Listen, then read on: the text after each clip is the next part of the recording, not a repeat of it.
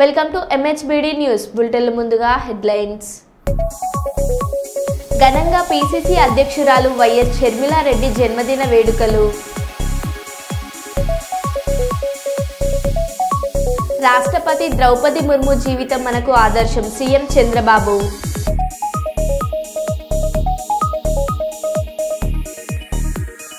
జమిలీ ఎన్నికల అమలు 2034 నుంచి అమల్లోకి వస్తుందని భావించాలి మాజీ ఎంపీ బోయినపల్లి వినోద్ కుమార్.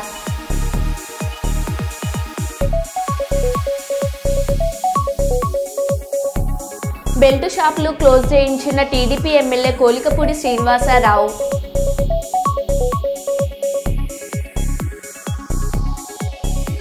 ముంబై విమానాశ్రయ పరిసరాల్లో అరుదైన దృశ్యం.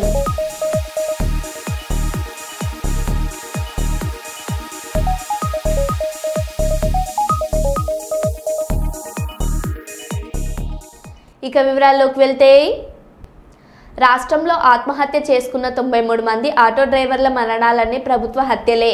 ఆటో డ్రైవర్లను ఎన్నికల కోసం వాడుకున్న ప్రభుత్వం వారికి ఇచ్చిన హామీలన్నింటినీ మార్చిపోయింది.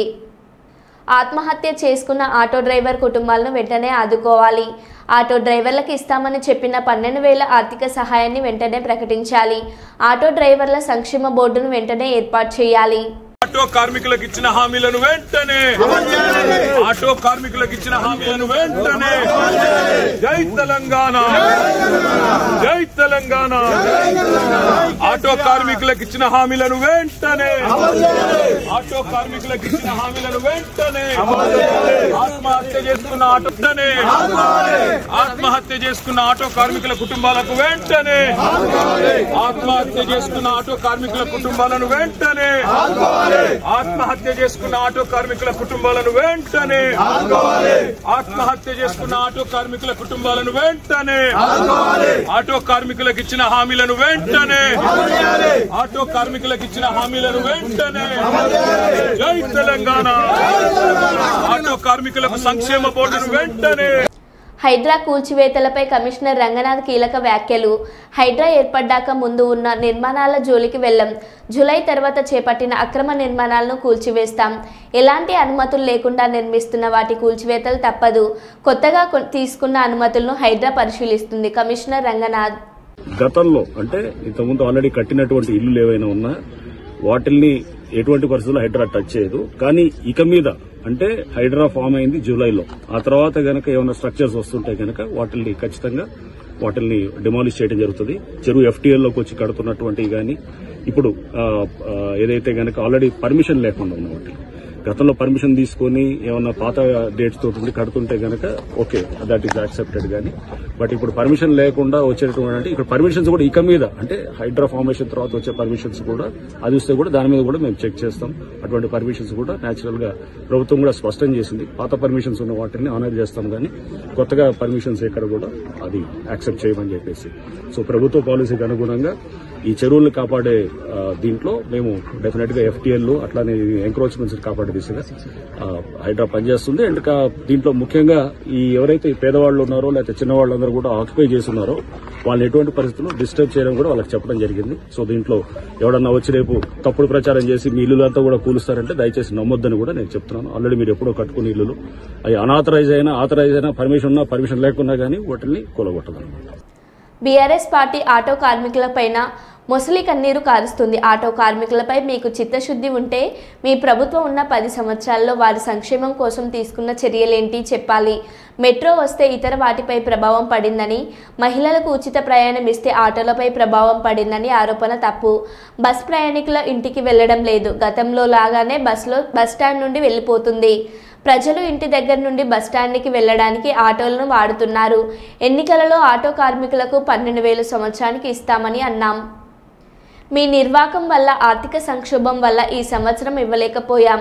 భవిష్యత్తులో ఆటో కార్మికులను ఆదుకునే బాధ్యత మా ప్రభుత్వానికి ఉంది. ఆటో కార్మికులు వేసుకునే డ్రెస్సులు వేసుకోవడం, నిన్న బేటీలు వేసుకొని వేషాలు వేయడం రాజకీయ డ్రామా అటువంటి చేయకండి. మీకు ఏమైనా చిత్తశుద్ధి ఉంటే ఏనాడైనా రవాణా శాఖ మంత్రికి ఆటో కార్మికుల సమస్యలపై రిప్రజెంటేషన్ చేశారా?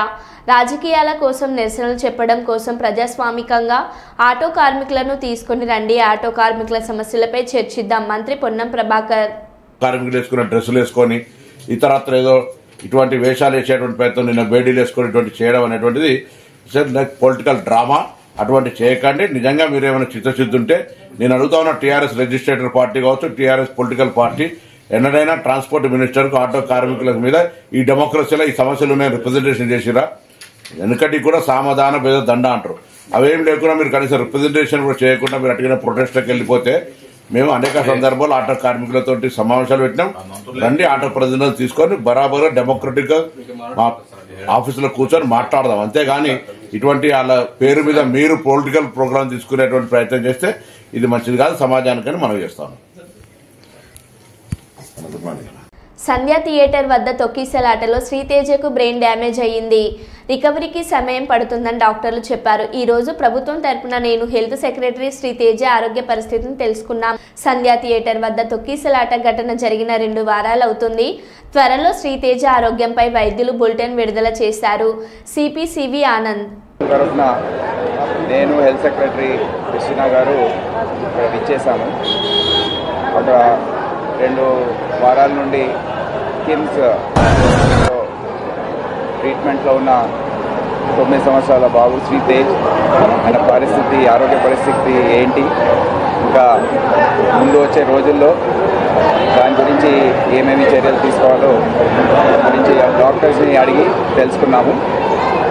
సో దాని బులెటిన్ ఎగ్జాక్ట్ కండిషన్ ఏంటో డాక్టర్స్ తర్వాత బులెటిన్ లాగా ఇస్తారు.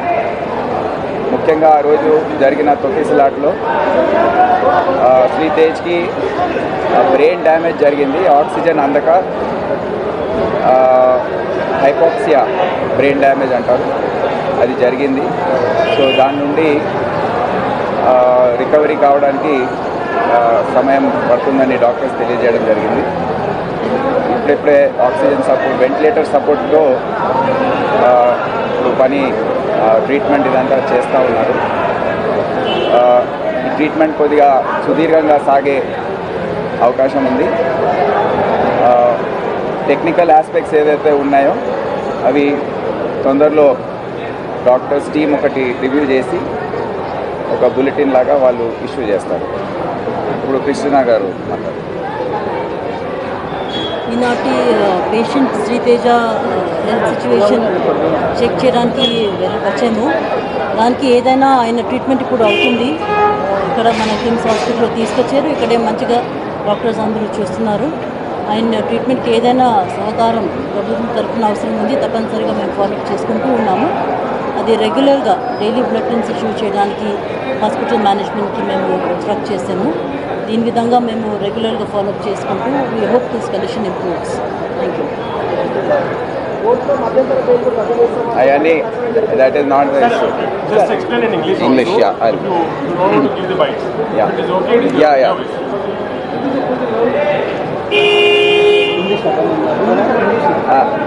The Sandhya Theatre Act incident which has happened, which happened on 4th of September. December. Pardon? 4th of December, and in that, as you know, a lady died named Revati, and her son Sritej, 9-year-old, was brought after being given CPR by the police personnel there, was shifted to Kims Hospital, and since that day he's been here under treatment. He's been unconscious for a majority of the time. He's been on ventilator support. There is some signs of activity in the brain because this is brain damage due to lack of oxygen supply during the stampede, and the doctors have opined that it will be a long haul for the brain to develop the capacity to analyze signals, and till then the protocols which have to be followed by the hospital is being done. And there was a discussion here in the government today, and whatever is required to save the boy and to give better treatment will be done. The further treatment and protocols will be decided by the doctor. They will be issuing bulletins at routine intervals, And we have also the Health Secretary, Christina, also has there. She has assured the parent, the father, who was also there, that whatever support has to be given by the government will be extended to the full possible extent. Sir, you spoke to the doctors. What did doctors say, and who are bearing the expenses? Because Allu Arjun's team is saying that they are bearing the expenses. Mumbai విమానాశ్రయ పరిసరాల్లో అరుదైన దృశ్యం. Air India రంగులతో కూడిన bar Boeing 747 takeoff అయింది. అయ్యాక దాని ఎడమ వైపుకు ఆపై కుడివైపుకు వంగి ఆకాశంలోకి ఎగిరే ముందు జంబో జెట్ వింగ్ వేవ్ చేసింది.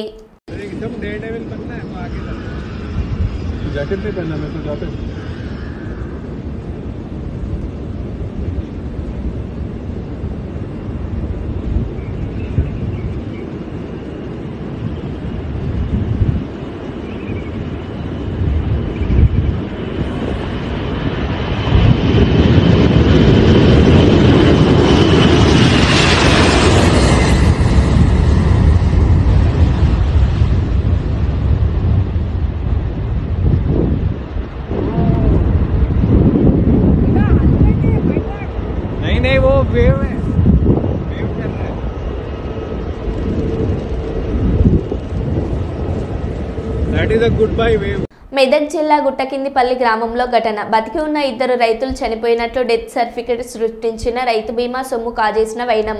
రైతుల చావు నాటకంలో కీలక సూత్రధారి మాజీ సర్పంచ్ కుమారుడు. 2021లో శ్రీను, 2023లో మల్లేశం చనిపోయినట్లు నమ్మించి డెత్ సర్టిఫికెట్లు తీసుకుని రైతు బీమాకి దరఖాస్తు. 2 రైతుల పేరుతో వచ్చిన 10 లక్షల బీమా డబ్బుల్లో కొంత మొత్తాన్ని కాజేసిన మాజీ సర్పంచ్ కుమారుడు. ఇటీవల జరిగిన ఇంటింటి సమగ్ర కుటుంబ సర్వేలో బట్టబయలైన భాగోతం. పోలీసులు వచ్చేలోపు ఇళ్లకు తాళాలు వేసుకుని పారిపోయిన శ్రీను, మల్లేశం కుటుంబాలు. ఇక్కడ ఉన్నటువంటి ఆఫీసర్లను చీట్ చేసి రైతు బీమా తీసుకోవడం జరిగింది. దాంట్లో భాగంగానే మేడం గారు మొన్న వచ్చి మాకు పిటిషన్ ఇస్తే ఇమీడియట్లీ నేను ఎఫ్ఐఆర్ రిజిస్టర్ చేయడం జరిగింది. దీంట్లో భాగంగా ఈరోజు ఇక్కడికి వచ్చినాము. వీళ్ళు ఎవరు లేరు, ఇళ్లలో ఎవరు లేరు, అన్ని తాళాలు వేసి ఉన్నాయి. వాళ్ళను చట్టరీత్యా ఖచ్చితంగా మేము పోలీసు వాళ్ళని చేసి పట్టుకుని ఖచ్చితంగా రిమాండ్ చేస్తాము. ఇలా ఎవరికి పబ్లిక్ అందరూ స్వచ్ఛందంగా మాకు సహకరిస్తున్నందుకు చాలా సంతోషం. మేము పై ఆఫీసర్ నోటీసులో పెట్టి ఇంకా ఏదైనా ఫర్దర్ ఇన్వెస్టిగేషన్ ఎవరైనా ప్రోద్బలంతో కానీ ఎవరైనా ఇంకేమైనా వాళ్ళు ఎవరెవరు ఇన్వెస్టిగేషన్ ఎట్లా ఉంటే అట్లా దాని ప్రకారం చేసి వాళ్ళందరినీ ఖచ్చితంగా రిమాండ్ చేస్తాము.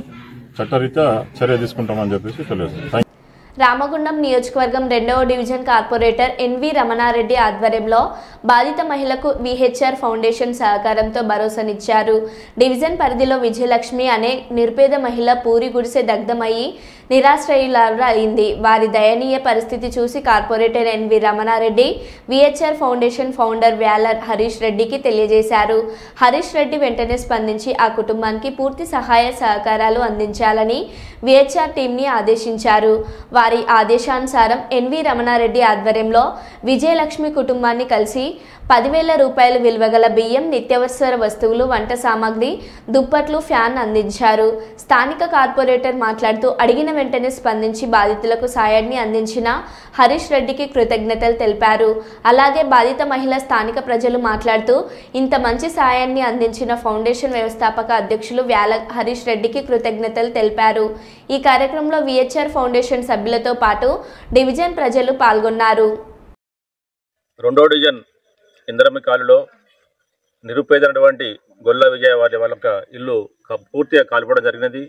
ఆమె ఇంట్లో లేని సమయంలో ఏదైతే పనికి వెళ్ళిన సమయంలో కూలి పనికి వెళ్ళిన సమయంలో పూర్తిగా దగ్ధమై ఆమె పూర్తిగా నిరాశ్రులై రోడ్డు మీద పడ్డ పరిస్థితిలో ఈ యొక్క పరిస్థితి తెలుసుకున్నటువంటి వేల హరీష్ రెడ్డి అమెరికాలో ఉండి పొద్దున మాత్రం కూడా ఫోన్లో కాంటాక్ట్ మాట్లాడి ఆ యొక్క ఆర్థిక పరిస్థితి స్థితిగతులు తెలుసుకొని వారికి సహాయం చేయడం ముందుకు వచ్చి వారి యొక్క ఫౌండేషన్ ఏదైతే ఉన్నదో విహెచ్ఆర్ ఫౌండేషన్ ద్వారా 10,000 రూపాయల విలువైనటువంటి నిత్యావసర వస్తువులు వారు వీరికి అందడం జరిగింది. వారికి ప్రత్యేకంగా ఈ కాలనీ తరఫున అలాగే ఆ గొర్రెల విజయ కుటుంబం తరఫున ప్రత్యేక ధన్యవాదాలు తెలియజేస్తున్నాను. థ్యాంక్ యూ హరీష్ రెడ్డి గారు. కేంద్ర ప్రభుత్వం పార్లమెంట్లో రాజ్యాంగ సవరణ బిల్లు ప్రవేశపెట్టి రాజ్యాంగాన్ని సవరించి దేశవ్యాప్తంగా ఒకేసారి పార్లమెంట్ శాసనసభలకు ఎన్నికలు నిర్వహించాలని పార్లమెంటులో జమిలీ ఎన్నికల బిల్లు ప్రవేశపెట్టడం జరిగింది.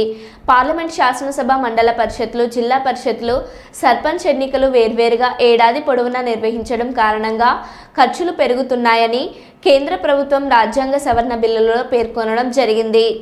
జమిలీ ఎన్నికలు రేపో మాపో నిర్వహించడం జరుగుతుందని రాజ్యాంగ సవరణ బిల్లులో కేంద్రం స్పష్టం తెలపడం లేదు. ఆర్టికల్ 82A అనేది కొత్తగా పొందుపరచాలని చూస్తున్నారు. ఈ ఆర్టికల్ 82A ప్రకారం 2029లో కొత్తగా లోక్సభ ఏర్పాటైన రోజు నుంచి ఈ రాజ్యాంగ సవరణ బిల్లు అమల్లోకి వస్తుందని ఇందులో పేర్కొనడం జరిగింది.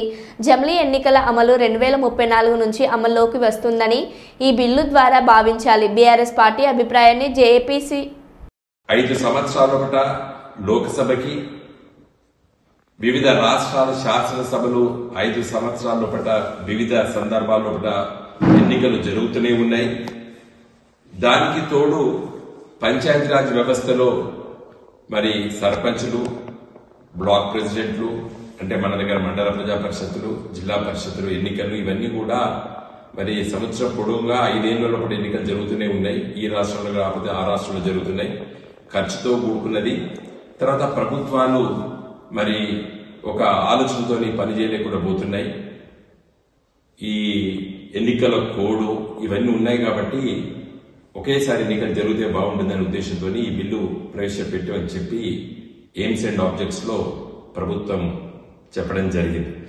అయితే అందరు అనుకున్నట్టు జమిలీ ఎన్నికలు రేపో మాపో జరగడానికి ఈ బిల్లులో చెప్పలేదు. ఈ బిల్లులో ఏం చెప్తారు, ఆర్టికల్ 82A అనేది కొత్తగా పొందుపరచాలని చెప్పి ఆలోచిస్తున్నారు. దీంట్లో the president May by A public notification issued on the date of the first sitting of the house of the people after a general election bring in to force the provision of this article and that notification date of notification shall be called the appointed day.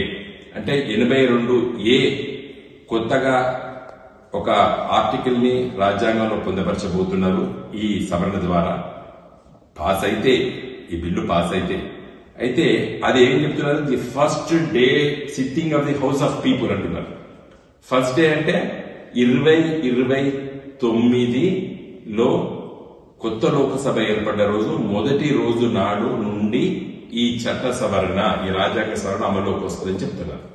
అంటే 2029 తర్వాత వచ్చే 5 సంవత్సరాల లోపల జరిగేటువంటి శాసనసభల కాల పరిమితి 2034లో జరిగేటువంటి ఎన్నికలన్నీ కూడా మిగిలిన సమయానికే ఉంటాయి అని చెప్పి ఈ రాజ్యాంగ సవరణ. అంటే మహారాష్ట్ర ఎన్నికలు 2029 నవంబర్లో జరుగుతాయి. అంటే ఆ శాసనసభ కాల పరిమితి 4 సంవత్సరాలు 6 మాసాలు మాత్రమే ఉంటాయి. అట్లా ఒక్కొక్క రాష్ట్ర శాసనసభ 3 ఏళ్లు, 2.5 సంవత్సరాలు, 2 సంవత్సరాలు ఉన్నటువంటి శాసనసభలు ఆ కాల పరిమితిలో ఉంటాయి. 2029 నుండి 2034 వరకు. మరి తెలంగాణతో పాటు 2-3 రాష్ట్రాలు జరిగేటువంటి ఎన్నికలు కేవలం 6 మాసాలు ఉంటాయి. దాని గురించి దీంట్లో ఏం చెప్పలేదు. బహుశా రాష్ట్రపతి పరిపాలన పెట్టి 2034 లోపలనే పార్లమెంట్ లో జరుపుతారు కావచ్చు. సో దీని ఉద్దేశము ఈ జమిలీ ఎన్నికలు 2034 నుండి అమల్లో రాబోతుందని చెప్పి మనం భావించాలి ఈ బిల్లును చదివితే. కాబట్టి మరి ఈ రోజు లోక్సభలో చాలా మంది ప్రతిపక్షాలు వ్యతిరేకించాయి. కొన్ని ప్రతిపక్ష పార్టీలు, డీఎంకే లాంటి పార్టీ జాయింట్ పార్లమెంటరీ కమిటీకి రిఫర్ చేయమన్నారు. కాబట్టి ఇది జాయింట్ పార్లమెంటరీ కమిటీకి రిఫర్ అయినట్టు కూడా ఇప్పుడే తెలుస్తున్నది అమిత్ షా గారి ప్రకటన ద్వారా. కాబట్టి ఈ జాయింట్ పార్లమెంటరీ కమిటీలో ఇది సుదీర్ఘంగా చర్చించి తర్వాత వివిధ రాష్ట్రాల శాసనసభ స్పీకర్ల సమావేశాల్లో కూడా పెట్టి కూడా చర్చించాలని చెప్పి కూడా పత్రికలో చదువుతున్నాము. సో ఇది ఒక కొత్త ఆలోచన. దీన్ని రానున్న రోజుల పట మరి ఏ విధంగా మేధావి వర్గము, ప్రజాప్రతినిధులు, పార్లమెంట్ సభ్యులు, అదేవిధంగా వివిధ రాష్ట్రాల్లో ఉన్నటువంటి శాసనసభ్యులు ఏ విధంగా స్పందిస్తారో వేచి చూద్దాం. ఉద్యమ రాజధాని వరంగల్ నగరంలో అజంజాహిమిల్ కార్మిక భవన స్థలాన్ని కబ్జా చేసి వ్యక్తి స్వచ్ఛందంగా ఆ స్థలాన్ని కార్మికులకు ఇచ్చివేయాలని వరదరాజేశ్వరరావు పేర్కొన్నారు. కబ్జా చేసిన కార్మిక భవన స్థలంలో ఏర్పాటు చేసిన విలేకరుల సమావేశంలో వరదరాజేశ్వరరావు, ప్రదీప్ రావు, కొండేటి శ్రీధర్, బీజేపీ నాయకులు పాల్గొన్నారు. ఈ సందర్భంగా బీజేపీ నాయకులు వరదరాజేశ్వరరావు, ప్రదీప్ రావులు మాట్లాడుతూ 1944లో వరంగల్ నగరంలో సుమారు 10,000 మందితో ఏర్పాటు చేసిన అజంజాహి మిల్ కార్మికులు పైసా కూడబెట్టి యూనియన్ కార్యకలాపాలకు కార్మిక భవనాన్ని ఏర్పాటు చేసుకున్న స్థలంలో నేడు కార్మిక భవనాన్ని కూల్చి వ్యాపార స్థలంగా మార్చే ప్రక్రియను ఈ ప్రాంత ప్రజాప్రతినిధులు, నాయకులు మానుకోవాలని, స్థలాన్ని ఆక్రమించిన అక్రమదారుడు యజమాని కార్మికులకు స్వచ్ఛందంగా భూమిని ఇచ్చివేసి కార్మికుల ప్రజల మన్నలను పొందాలని, లేనిచో ఈ ప్రాంత కార్మికులు ప్రజల స్వచ్ఛంద సంస్థలు, రాజకీయ పార్టీలతో సంబంధం లేకుండా అన్ని పార్టీలను కలుపుకొని జేఏసీని ఏర్పాటు చేసి ఉద్యమిస్తామని మీడియా సమావేశంలో హెచ్చరించారు. ఆస్తులను కాపాడే వాళ్ళుగా ఉండాలి తప్ప ప్రజా కంటకులుగా, ప్రభుత్వ ఆస్తుల పక్షకులుగా మారడం అనేది అత్యంత దురదృష్టకరం అని చెప్పి ఈ సందర్భంగా మేము మనవి చేసుకుంటా ఉంటాం. ఎమ్మెల్యేలుగా, ఎంపీలుగా గెలిస్తే మా ఆస్తులకు, మా ధనం, మన ప్రాణ రక్షణకు రక్షణ ఉంటుందని చెప్పి అనుకుంటే ఇవాళ ప్రజల ఆస్తులను కాపాడలేక ప్రజల ఆస్తులను కొల్లగొట్టడం, ప్రజల ఆస్తులను స్వాహా చేయడం అనేది మన వరంగల్, ఉమ్మడి వరంగల్ జిల్లాలో ప్రజలందరూ కూడా గమనించాలని చెప్పి సందర్భంగా మేము మనం చేసుకుంటా ఉన్నాం. ముఖ్యంగా 1944లో అజంజాహి మిల్లు ఏర్పడ్డ ఆ తర్వాత ఇక్కడ ఉండే కార్మికులు సుమారుగా 7,000 10,000 మంది కార్మికులు పైసా కూడబెట్టుకొని వాళ్ళ యూనియన్ కార్యక్రమాల కొరకు ఈ స్థలాన్ని సేకరించి ఇక్కడ యూనియన్ భవనాన్ని నిర్మించడం జరిగింది. విద్వారాన్ని మనం చేస్తా ఉన్నా 1969 తెలంగాణ ఉద్యమం నుంచి కూడా నేను విద్యార్థిగా ఉన్నప్పటి నుంచి ఇక్కడ అనేక ఉద్యమాలకు నాంది జరిగిందని చెప్పి నేను మనం చేస్తా ఉన్నా. ఇక్కడ అనేక కార్యక్రమాలు, ఆ రోజు మిల్లు యూనియన్ అధ్యక్షులుగా ఉన్న వాళ్ళు వరంగల్లో ప్రజాప్రతినిధులుగా, పార్లమెంట్ సభ్యులుగా, ఎమ్మెల్యేలుగా ఎన్నుకోబడ్డ చరిత్ర ఈ గడ్డ మీద అని చెప్పి ఈ సందర్భంగానే మనం చేస్తూ ఉన్నాం. అట్లాంటి గడ్డ మీద ఎన్నుకోబడ్డ వాళ్ళు ఈ గడ్డను ఆక్రమించుకునే ఒక దురదృష్ట పరిస్థితి, ఒక ఈ రకమైన దిగజారుతనం, ఇది అత్యంత దురదృష్టకరం చెప్పి మనం చేస్తూ ఉన్నాం. ఇది ఆ తర్వాత అనేక మంది ఇక్కడ మిల్లు కార్మికులకు సంబంధించిన అనేక అంశాలు భావన లోపల మాట్లాడితే అది వీలు కాదు కాబట్టి ఇక్కడ మాట్లాడుకునే అవకాశం ఉండేది. మిల్లు కార్మికుల సంఘం అధ్యక్షుడు నేను మదింపు చేయడం అనేది ఇది అత్యంత దారుణం అని చెప్పి ఈ సందర్భంగా నేను మనం చేస్తాను. ఇది కొన్న వ్యక్తి తెలంగాణలో ఒక 20-25 మాల్స్ తెలంగాణలో అనేక నగరాల్లో వాళ్ళ షాప్స్ ఉన్నాయి. అంతేకాకుండా ఆయన అనేక ఇతర రాష్ట్రాలు కూడా బిజినెస్ విస్తరింపజేసుకున్నాడు. అట్లాంటి వ్యక్తి అసలు ఇంత దిగజారిపోయి ఎవరించడం ఏందని చెప్పి ఇవాళ మేము అడుగుతా ఉంటాం. నీకు బిజినెస్లో పైసలు వచ్చినాయి, నువ్వు దాన ధర్మాలు చేయాలి, సామాజిక కార్యక్రమాలు చేయాలి తప్ప ప్రజల ఆస్తులను కొలగొట్టడం ఇది నీకు న్యాయం కాదని చెప్పి ఈ సందర్భంగా నేను మనం చేస్తూ ఉన్నాం. అసలు ఇమీడియట్గా విత్డ్రా కావాలని చెప్పి మేము డిమాండ్ చేస్తూ ఉన్నాం. మిల్లు కార్మికులు సంబంధించిన సమావేశాలు ఇక్కడ ఎన్నో రోజుల కాంచి జరుగుతూ వస్తున్నది. ఇక్కడ ఈ వరంగల్ నగరంలో ఈ ప్రాంతంలో చిన్న పిల్లగాడిని అడిగినా ఇది అజంజాహి మిల్ కార్మికుల భవనం అని చెప్పి మరి అట్లాంటిది వాళ్ళ వారసులను పట్టుకొని ఏదో ₹2 ఇచ్చి లీడర్లకు పైసలు ఇచ్చి మీకు ఇంత పెద్ద వ్యాపారం చేసే వ్యక్తి కొనాల్సిన అవసరం. ఇప్పటికైనా ఆయనే దాన్ని విత్డ్రా చేసుకొని ప్రజలకు ఇస్తే మేమందరం హర్షిస్తామని మీ ద్వారా ఆయన రిక్వెస్ట్ చేస్తుంది. అదేవిధంగా ఇక్కడ ఈ ప్రాంతం నుంచి సురేఖ గారు 2 సార్లు ఎమ్మెల్యే గెలిచింది. ఇక్కడి ప్రజలకు అని కొండమురళి గారు 2 సార్లు ఎమ్మెల్యే చేయండి. ఈ ప్రాంత ప్రజల ఆశిస్తున్నారు. మరి వాళ్ళకే సున్నం పెట్టే ప్రయత్నం ఎంతవరకు మమ్మల్ని అందరినీ కాదని మిమ్మల్ని గెలిపించండి. మీ మీద విశ్వాసం ఉంటే వాళ్ళకి ఇంత మంచి చేయాలి తప్ప ఒక నాయకునిగా ఉండి గుండాలను పోలీసు వాళ్ళను పట్టుకొని వచ్చి ప్రజాప్రతినిధులను పట్టుకొని వచ్చి కొబ్బరికాయ కొట్టి ఈ కులగొట్టించి కట్టించుడు ఎంతవరకు సమంజసమని వరంగల్ ప్రజల తరఫున నేను నిలదీస్తున్నాను. నల్గొండ జిల్లా హాలియా పట్టణంలో ఇటీవల కుమ్మరి సంఘం ఆధ్వర్యంలో ప్రముఖ తొలి తెలుగు కవయిత్రి మొల్లగారి విగ్రహ ప్రతిష్టాపన కార్యక్రమాన్ని కొందరు అడ్డుకున్నారని అన్నారు. ఇటువంటి చర్యలు సరికాదని ఈ సందర్భంగా ఆయన కొండమల్లపల్లి ప్రెస్ క్లబ్లో ఏర్పాటు చేసిన సమావేశంలో మాట్లాడారు. హాలియాలో కుమ్మర సంఘం ఆధ్వర్యంలో ఖచ్చితంగా మొల్లగారి విగ్రహాన్ని ఏర్పాటు చేసి తీరుతాయని అన్నారు. మొల్ల కుమ్మరి కులస్తుల ఆరాధ్య దైవం అన్నారు. రామాయణాన్ని తెలుగులో రచించి 2 తెలుగు రాష్ట్రాల ప్రజలకు చేరువయ్యారన్నారు. అటువంటి ప్రముఖ రచయిత్రి తొలి తెలుగు మహిళ కవయిత్రి మొల్లమాంబ గారి విగ్రహాన్ని ఏర్పాటు చేస్తున్నందుకు ప్రతి ఒక్కరూ సహకరించి అభినందించాలన్నారు.